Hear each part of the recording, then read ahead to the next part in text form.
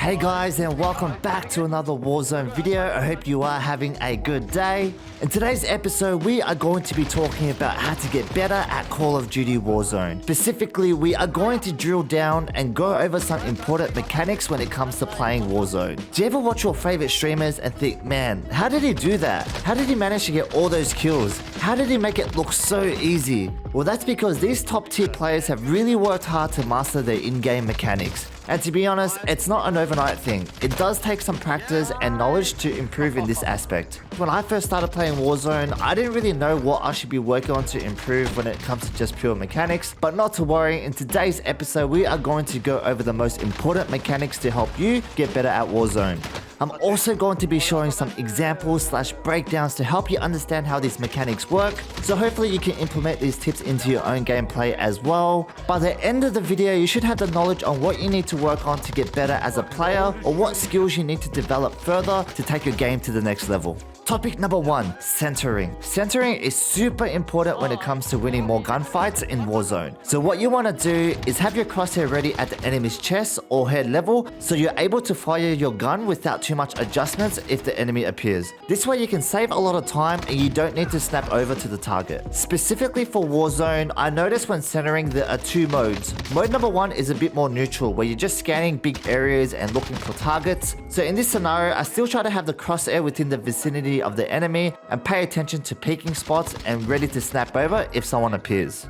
Mode number 2 is where I'm in an actual gunfight or right before a gunfight. This is where I really pay attention to my centering. I really try to predict where the target will appear by using audio cues or just game sense. I try to have my crosshair ready on potential peeking spots and try to put myself in their position and think, if I was them, where would I be pushing from? During gunfights, your crosshair should not be looking at the ground, the sky, or just some random wall. It should be ready at chest or head level at locations where you think the enemy will appear, with your finger on the trigger and ready to shoot. Topic number 2, pre-aiming. Similar to centering, if you think the enemy will appear in a certain peeking spot, remember to pre-aim to be one step ahead. When pre-aiming, remember to aim at the chest or the head. Again, I see the mistake of people pre-aiming at the target's stomach or the feet. Don't do that. You want to make sure that the time to kill is as fast as possible when you're hitting your shots. So remember to aim at chest or head level when pre-aiming. This is a super useful technique and can really help you get the upper hand during gunfights. When you're pre-aiming though, I don't mean sit in the same spot for like 5 minutes waiting for the enemy to come out. I still want you guys to be moving around, moving in and out of cover and playing with your angles. I'm just going to break down a couple scenarios where I use pre-aiming to my advantage.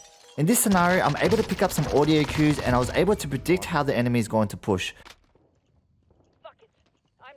I pre-aim the door hoping that he'll pop through. As predicted, the enemy appears. As a reaction, I do a jump shot to the right and strafe back to the left and manage to get the kill. Pre-aiming can definitely be super useful when holding angles if you're able to predict how the enemy is going to push you. So in this scenario, we are fighting a squad in these buildings here, and notice how the circle is on our side. And we really take advantage of this during the gunfight, as you'll see. At this point, I changed my position, knowing the enemy team has to rotate out of these houses to get out of the gas. I noticed my teammate has taken out one person, so I pre-aim to the right without exposing my body. Then I start aiming to the left and I manage to take one guy out. Not sure if you noticed it, but let's run it back.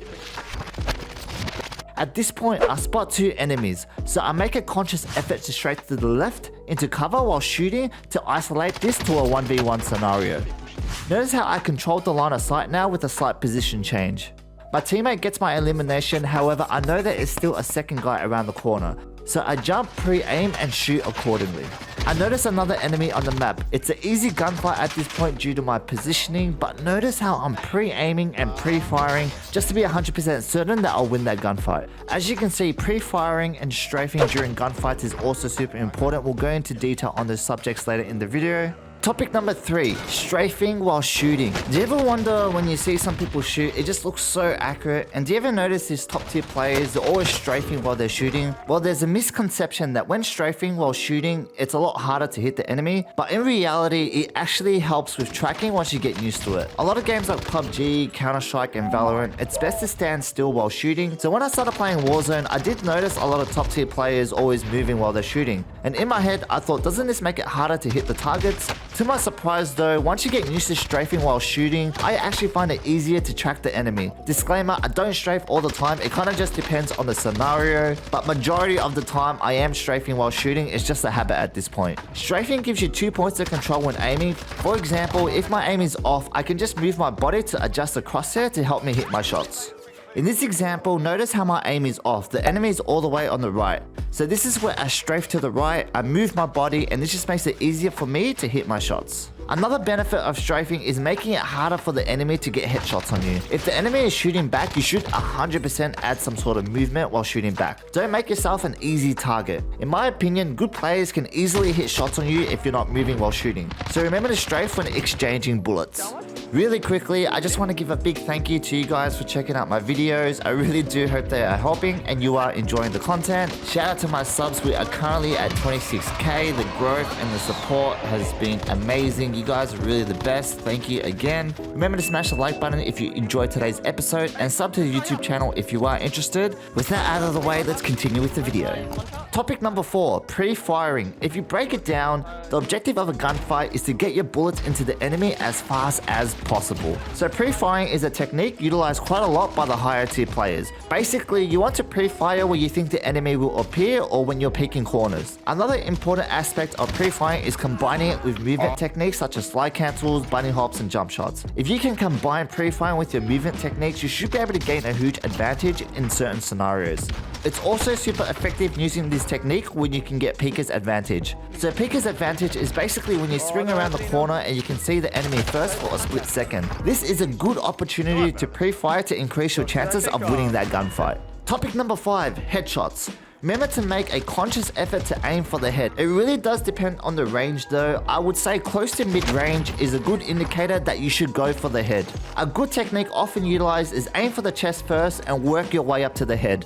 I know it's super hard sometimes to go straight for the head, so after you get your first shot around the chest level, work your way up to get those headshots. I noticed even at mid-range with that 3x scope, a lot of the best players are making a conscious effort to aim for the head. So make sure you do this as well in your own gameplay. Topic number 6, movement. Movement is a huge part of Warzone, and I'm not going to go into crazy details about movement because I have already made multiple videos on this subject. I recommend you guys go check them out after this video if you do want to improve in this aspect. But basically, you want to know how to do slide cancels, jump shots, and bunny hops. Once you understand the mechanics of each move, you can combine them, and this just makes you a better player when it comes to movement. Again, go watch my movement videos if you are interested. One thing I noticed with movement though, you don't want to stay idle for too long, especially in gunfights. Don't make yourself an easy target and make sure you're always moving. And something I've been doing a lot lately, which seems to be working, is doing a jump shot into a drop shot. It's super effective in certain gunfights, especially when it's like a 1v1 scenario. Side note, when you perform this move, it's really important to go for the headshots even when dropping down.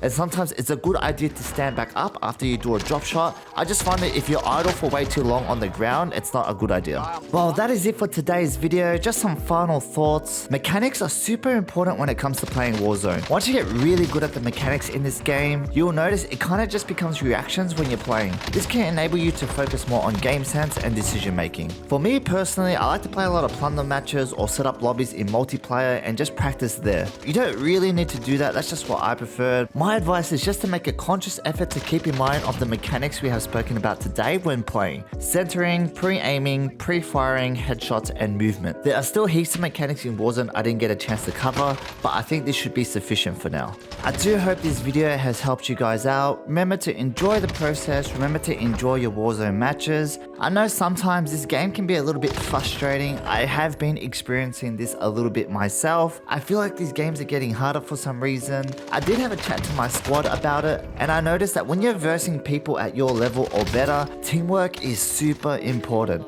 I had a chat to my squad about this and we work better together now as a team. I will probably make a video in the future about this, but on that note, remember to share this with your squad if you are thinking about it. A good squad just means a good time. Well, that is all from me. As always, I wish you guys all the best and good luck on the Warzone.